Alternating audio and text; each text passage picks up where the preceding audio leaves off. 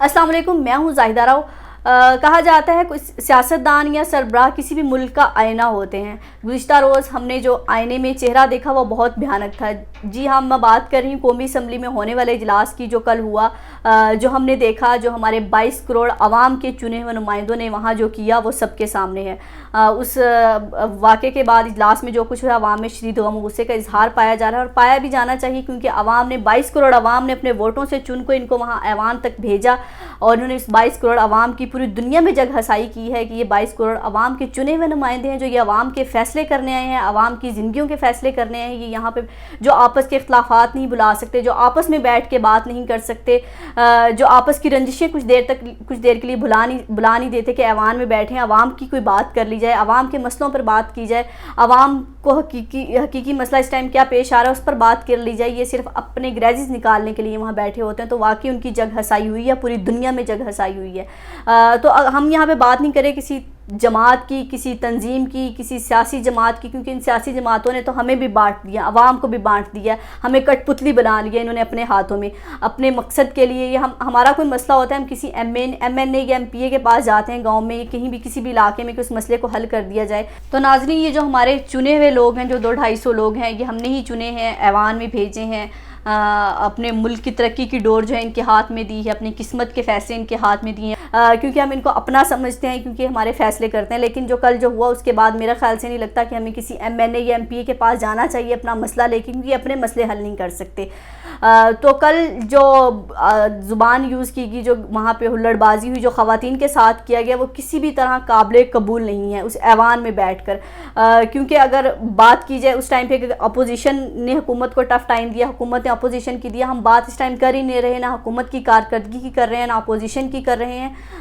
वो कहते हैं कि अपोजिशन जो है ऐसे हथकंडे तब यूज़ करती है कि जब हुकूमत पर प्रेशर देना चाह रही होती है, तो वो प्रेशर नहीं देती। मेरा ख्याल से वो अपने ग्रेजेस निकाल रहे होते हैं, और आवाम के मसलों के लिए नहीं करते, वो अपने मसलों के लिए बात करते हैं। फिर कहा जाता है कि ऐवान में जब आप जाते हैं, ऐवान में आप हलफ लेके बैठते हैं, क्योंकि आप आवाम के नुमाइंदे हैं। वहाँ पे बैठ के तमाम फ़ैसले जो मुक़द्दस होंगे, वहाँ सच पर बात होगी, जो भी होगा आवाम के हक़ के लिए होगा, आवाम के वोट में ख़यानत नहीं होगी। आवाम का वोट जो होता है एक अमानत होती है, उस और मुक़द्दस ऐवान में बैठ के तो उस अमानत में ख़यानत कर नहीं सकते। तो कल देख लिया कि हमने वोट किया, आपने कितनी हिफाजत की, वोट में कितनी ख़यानत की, वोट को कितना अमानत समझा आवाम की।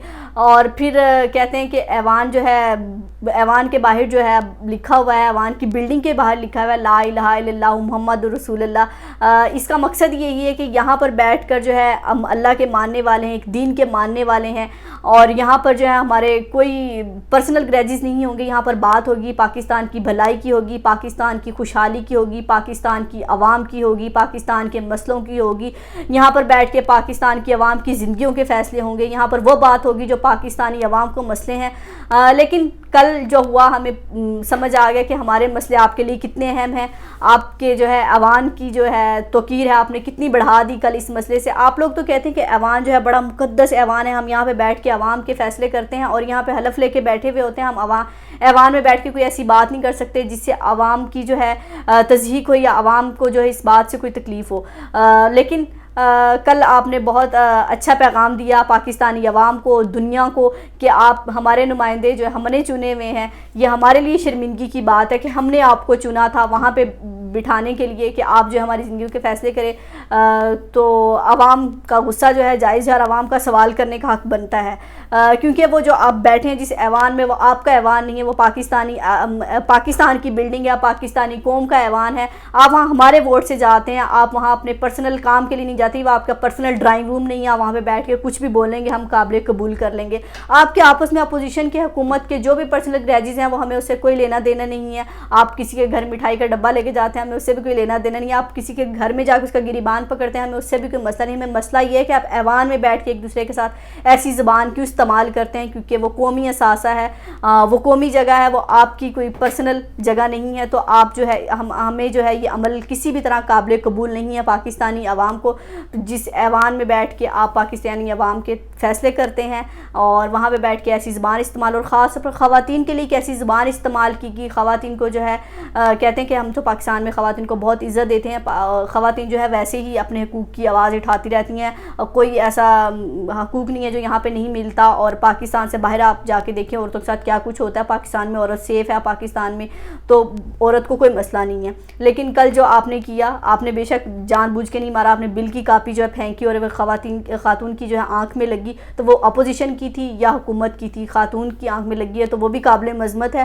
آپ خواتین کو رسپیکٹ اس طرح سے دیتے نہیں, صرف آپ کی یہ باتیں ہی ہوتی ہیں کہ ہم جو ہے خواتین کو جو ہے رسپیکٹ دیتے ہیں. اور اب میرا خیال سے پاکستانی سیاست کا وتیرہ بن چکا ہے, پاکستانی سیاست کا کلچر بن چکا ہے کہ جب تک آپ جو ہے آپ کو بدماشی نہیں آتی, آپ کو جو ہے آپ بہت بولڈ نہیں ہوتے, آپ کسی کا گریبان نہیں پکڑ سکتے, آپ سیاست نہیں کر سکتے. کیونکہ شریف بندے کا سیاست میں آنے کا کوئی لینا دینا نہیں ہے. ویسے بھی بڑے سیانے کہتے تھے کہ سیاست میں آنے کے لیے آپ کو گندا ہونا پڑتا ہے, لیکن اب تو واقعی ثابت ہوگا کہ سیاست میں شریف آدمی کچھ بھی نہیں کر سکتا. تو یہ ہمارے لیے لمحہ فکریہ ہے کہ ہمارے اگر رہنما, ہمارے لیڈر ایسی زبان استعمال کریں گے تو وہ آنے والی نسلوں کو کیا سکھا کے جا رہے ہیں, آنے والی نسلوں کو کیسا پاکستان دے رہے ہیں, اور یہ ہمارے مسئلوں پہ بات کرتے ہیں یا نہیں, یا پھر ہمیں اپنے مسئلے خود حل کرنے چاہیے اور ان پر جو ہے ریلائی کرنا چھوڑ دینے. ویسے بھی ان مسئلوں پہ تو ہمارے پہ کبھی بات نہیں کرتے, ان کے اپنے ہی مفاد ہیں جس کے لیے لگے ہوئے ہیں اقتدار کی کرسی کے لیے. کبھی کسی کو اقتدار کی کرسی چاہیے ہوتی ہے, کبھی کسی کو چاہیے ہوتی ہے اپنے مقاصد کے لیے, عوام کے مقاصد کے لیے نہیں. تو ہمارے لیے اب یہ لمحہ فکریہ بنتا جا رہا ہے کہ اگر ہمارے نمائندے ایسی زبان استعمال کریں گے تو ہم پاکستان کا جو آئینہ ہے دوسرے لوگوں کو کیا دکھائیں گے, دوسرے ملکوں میں کیا دکھائیں گے, کیونکہ یہی چنے ہوئے نمائندے جو ہمارے ریپریزنٹ کرنے جاتے ہیں دوسرے ملکوں میں. تو اب جو ہے پاکستانی عوام کو بھی سوچنا چاہیے کہ نیکسٹ جو ہے ووٹ جب ہوں تو الیکشن جب ہوں تو سوچ سمجھ کر فیصلہ کرے. کہتے تھے کہ پہلے جو ہمارے پاس حکومت چوروں کی تھی, اب چھچوروں کی ہے, تو جو ہے دونوں میں مشترکہ ہے, تو فیصلہ اب آپ کا ہے کہ اب چوروں کو رکھنا ہے, چھچوروں کو رکھنا ہے. اللہ حافظ.